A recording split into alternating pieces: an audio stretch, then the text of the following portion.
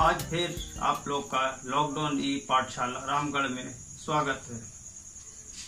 आइए हम अपने अध्याय को जो शुरू किए थे अलजेब्रिक एक्सप्रेशन व्यंजक, उसका पार्ट 2 हम आज शुरू करने जा रहे हैं। पार्ट 2 का मेरा टॉपिक होगा कि अलजेब्रिक एक्सप्रेशन में पद किसको बोलते हैं, टर्म किसको कहते हैं और टर्म कितने प्रकार के होते हैं और उसका गुणनखंड। हम इस 3 विषय पर चर्चा करेंगे। पहला टर्म को समझने का कोशिश करते हैं। जिसे देखिए हम यहाँ लिखे हैं x माइनस 5। ये जो x लिखा हुआ है ये एक चर राशि है जिसके आप पहले अवगत आपको करा चुके हैं। तो ये जो x है यहाँ आप कह सकते हैं कि 1 गुना x है। एक पूर्ण संख्या है, पूर्णांक संख्या भी बोल सकते हैं, उसको 1 से गुना कर रहे हैं तो 1x है।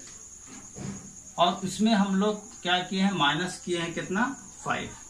तो इस तरह से यहाँ पर मेरा 2 ठो पद बन गया, एक ठो x हो गया, दूसरा -5। ठीक उसी प्रकार अब दूसरे प्रश्न पर ध्यान दीजिए कि यहाँ पर कितना है, 3x + 7।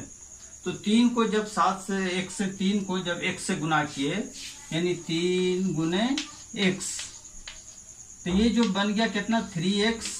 तो ये एक पद हुआ और उसमें हम लोग 7 जोड़े तो ये दूसरा पद हो गया। मतलब ये हुआ कि अगर कोई चर राशि है उसको किसी अचर राशि से अगर हम लोग गुना करें या भागा दें तो वो एक ही पद होता है। यानी आप ये समझिए यहाँ पर 1 से तो वो भी एक पद कहला रहा है और 3x से तो एक ही पद हो रहा है। यानी हम कह सकते हैं कि x या फिर 3x या x/4 अगर हम लोग किसी भी चर राशि को किसी संख्या से भागा देंगे तो भी वो एक ही पद कहलाएगा। तो पद 1 से ज्यादा कब होगा, यदि 2 ठो पद है और दोनों के बीच में प्लस या माइनस से अगर जुड़ा हुआ है, उसके बीच में प्लस और माइनस का चिन्ह है तो अलग अलग पद कहलाएगा। अब इस पर चर्चा करने जा रहा हूँ बीजीय व्यंजन के प्रकार, टाइप्स ऑफ अलजेब्रिक एक्सप्रेशन।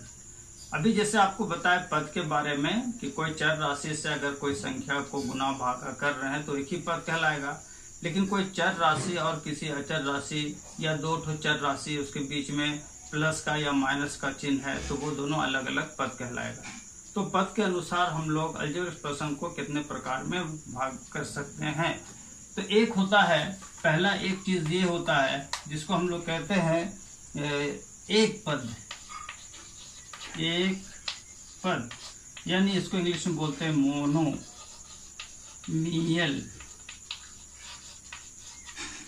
एक पद जैसे आप सिर्फ लिख दिए x, यहाँ लिख दिए m², यहाँ लिख दिया -9n इत्यादि। इस तरह से जो लिखेंगे तो आप यहाँ ध्यान दीजिए कि यहाँ पर सिर्फ एक से इसके आगे पीछे न प्लस माइनस से कोई दूसरी संख्या है, न जोड़ी गई है न घटाई गई है, तो अर्थात ये एक ही पद कहलाएगा। उसी तरह ये भी एक पद कहलाएगा। इसके भी देखिए 9 और n जो है इसके बीच में गुना है तो इसके मतलब ये जो गुणनफल है ये एक ही पद कहलाएगा। और इसके बीच में कोई संख्या न जोड़ी गई है न घटाई गई है तो कोई दूसरा पद नहीं है, तो ये एक पद है। तो एक पद वाले को हम लोग बोलते हैं एक पद अर्थात मोनोमियल। हाँ, तो अब देखिए, अब हम जैसे आपको एक पद बताएं, अब दूसरा है द्विपद जिसको इंग्लिश में बोलते हैं हम लोग बाइनोमियल।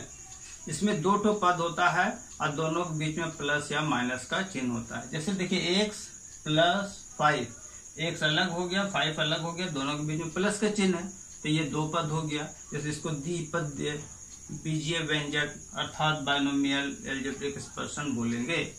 ठीक उसी तरह देखिए x² -1, x² एक पद हुआ, -1 दूसरा पद हो गया।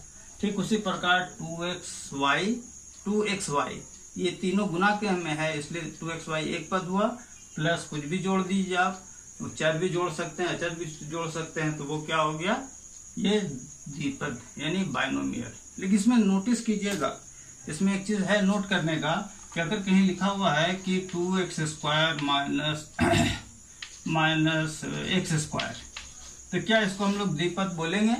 नहीं, इसको द्विपद नहीं बोलेंगे क्योंकि ये भी x² ये भी x² है, ये समान पद है इसलिए इसमें जोड़ घटाव हो सकता है, असमान पद में जोड़ घटाव नहीं हो सकता है।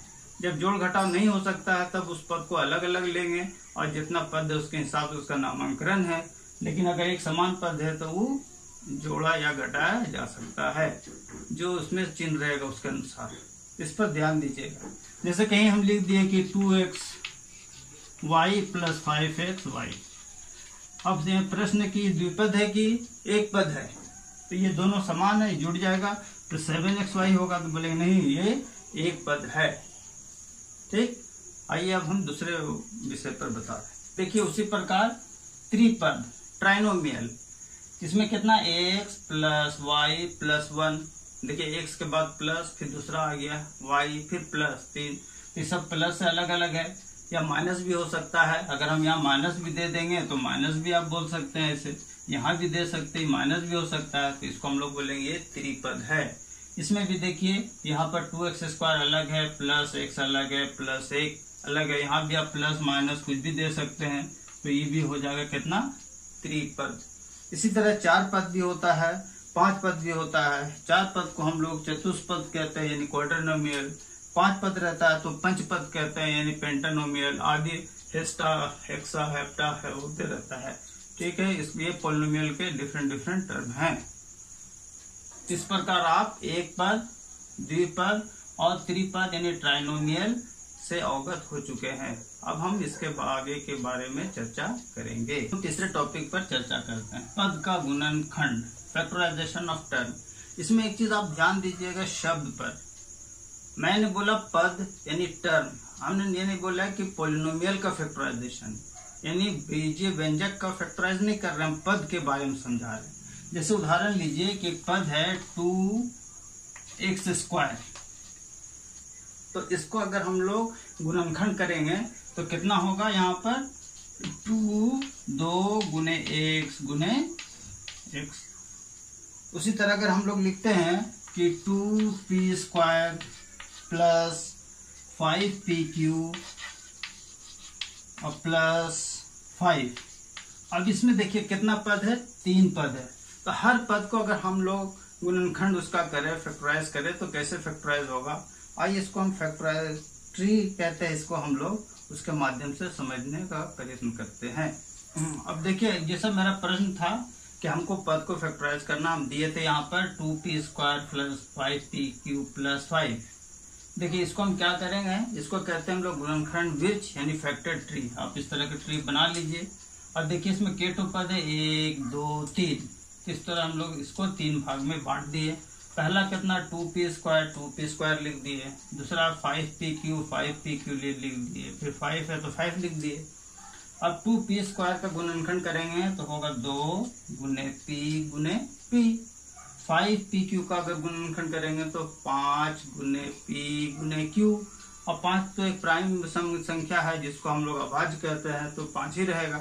तो इस प्रकार आप जो है गुणनखंड भी पद का कर सकते हैं।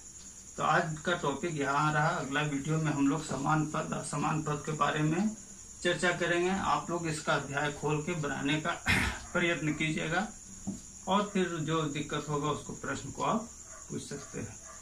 Thank you.